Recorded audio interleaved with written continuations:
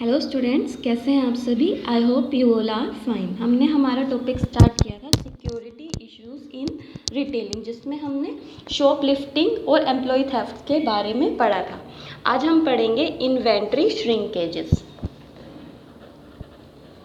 Inventory श्रिंकेजेस inventory shrinkage भी एक problem है जो एक रिटेलर को फेस करनी पड़ती है अपने बिजनेस के अंदर प्रॉफिट को अर्न करने के लिए।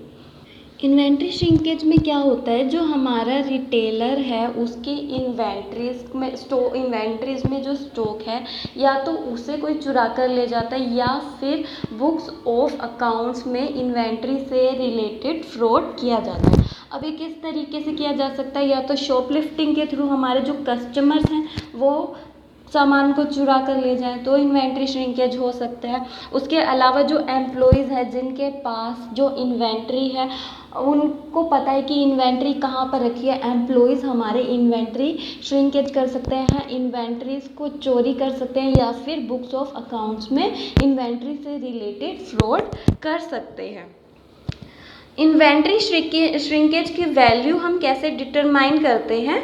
वैल्यू इन्वेंट्री श्रिंकेज की हमें पता चलती है as a difference between physical stocks of the good and the recorded stock of the goods. Inventory shrinkage की हमें कैसे पता चलता है कि जो हमारे एक्चुअल में स्टॉक्स जो हमारे पास प्रेजेंट है और जो हमने बुक्स ऑफ अकाउंट्स में स्टॉक्स की एंट्री की हुई है उनके बीच में अगर कोई डिफरेंस है तो वो हमारी वैल्यू है इन्वेंट्री श्रिंकेज की। मतलब कि इतने हमारे इन्वेंट्रीज चोरी हुए हैं या इतनी इन्वेंट्री से रिलेटेड एक ऑर्गेनाइजेशन के अंदर फ्रॉड हुआ है। तो हमारे रिटेलर को क्या क्या प्रिकॉशंस लेने चाहिए इन्वेंट्री श्रिंकेज को रिड्यूस करने के लिए। उसे प्रॉपरली अपने बुक्स ऑफ अकाउंट्स को टाइम टू टाइम चेक करते रहना चाहिए।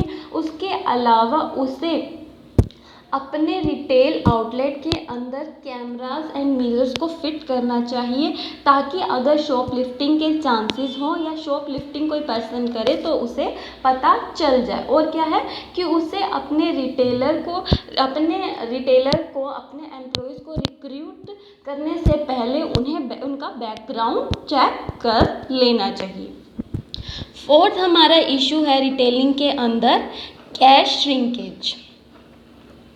कैश श्रिंकेज मीन्स कि जो हमारे कैश है या तो वो चोरी हो गया, जो रिटेलर के बिजनेस के अंदर कैश है या तो वो चोरी हो गया है या बुक्स ऑफ अकाउंट्स में कैश से रिलेटेड कोई फ्रॉड हुआ है तो वो हम क्या कहेंगे, कैश श्रिंकेज कहेंगे। कैश श्रिंकेज को कम करने के लिए हमारे रिटेलर को क्या करना चाहिए, क्या प्रिकॉशन लेने चाहिए कि जो क्लोजिंग बैलेंस एंड में बच गया है, at the end of the day बच गया है, उसे अपने साथ अपने घर ले जाना चाहिए ताकि एम्प्लॉयज़ को मौका ही ना मिले चोरी करने का या कोई और पर्सन उन कैश को चोरी ना कर सके।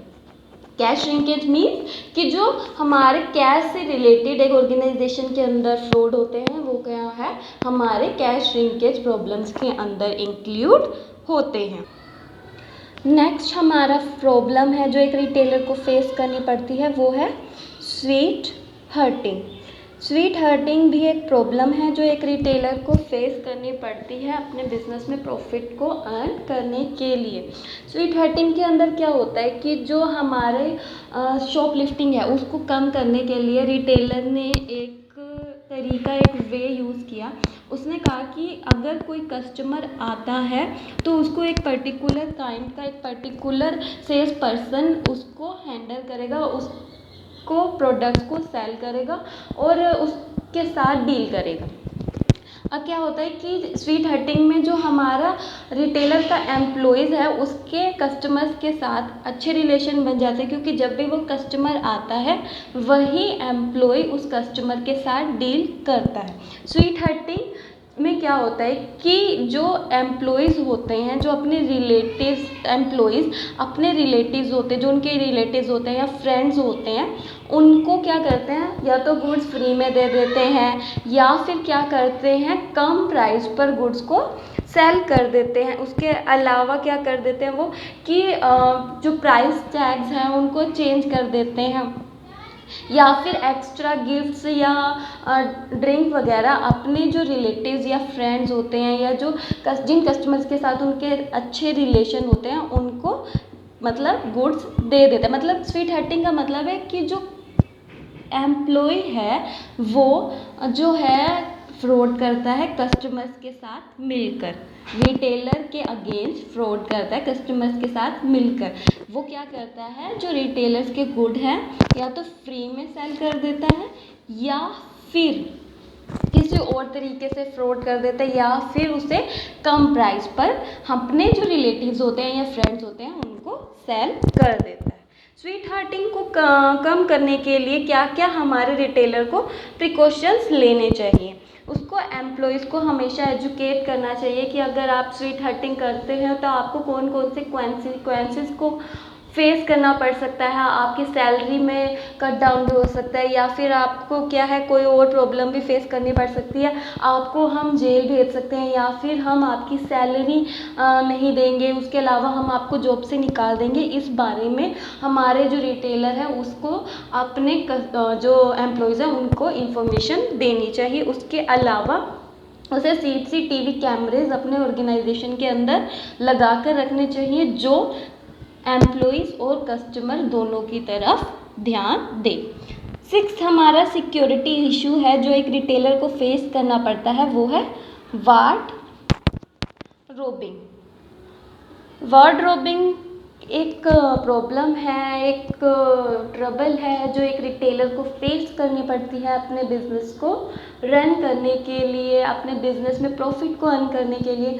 वार्डरोबिंग में क्या होता है कि जो कस्टमर्स हैं वो एक रिटेलर की रिटेल शॉप पर आते हैं, वो किसी प्रोडक्ट को परचेज़ करते हैं, उसके बाद वो उस प्रोडक्ट को यूज़ करते हैं, यूज़ करने के बाद वो प्रोडक्ट रिटेलर को वापस कर जाते हैं ये कहकर कि उसमें कोई ना कोई डिफेक्ट है।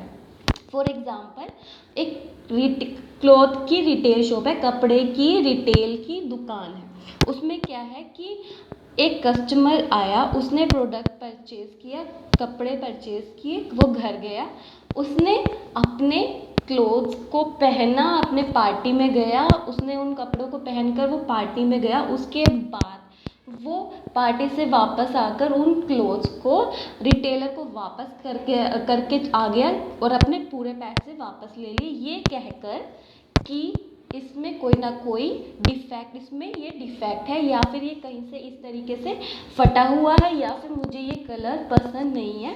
तो ये क्या है, हमारा वार्डरोबिंग का एग्जाम्पल हो जाएगा। वार्डरोबिंग को कम करने के लिए हमारा जो रिटेलर है उसे क्या क्या प्रिकॉशंस लेने चाहिए। जो हमारे रिटेलर है उसे अपनी प्रॉपर पॉलिसी बनानी चाहिए कि किस टाइम तक जो है हमारा कस्टमर्स प्रोडक्ट्स को रिटर्न कर सकता है और उसे इस तरीके के टैग्स को अपने प्रोडक्ट्स के ऊपर, अपने क्लोथ्स के ऊपर या कोई भी प्रोडक्ट है उसके ऊपर लगाना चाहिए कि अगर उस टैग के साथ कोई छेड़छाड़ हो तो हमारे रिटेलर को पता चल जाए, हमारे रिटेलर्स के एम्प्लॉय को पता चल जाए। और क्या है, हमारे रिटेलर को एक प्रॉपर पर्सन को अपॉइंट करना चाहिए जो ये सब प्रॉब्लम्स के बारे में प्रॉपर डिसीज़न ले। अगर कोई पर्सन आता है प्रोडक्ट्स को रिटर्न करने के लिए तो रिटेलर के जो एम्प्लॉय हैं उन्हें उस पर्सन से जो हमारे रिटेलर ने अपॉइंट किया है प्रॉपर सजेशन लेकर ही अपने उन प्रोडक्ट्स को वापस लेना चाहिए या रिटर्न पॉलिसी बनानी चाहिए। उसके अलावा जो रिटेलर के एम्प्लॉयज़ हैं अपने प्रोडक्ट्स को उसे प्रॉपरली चेक करना चाहिए अपने प्रोडक्ट्स को वापस लेने से पहले। Thank you class. So these are the issues, security issues which a retailer face in retailing for the purpose of running business and for the purpose of earning profit. Thank you class.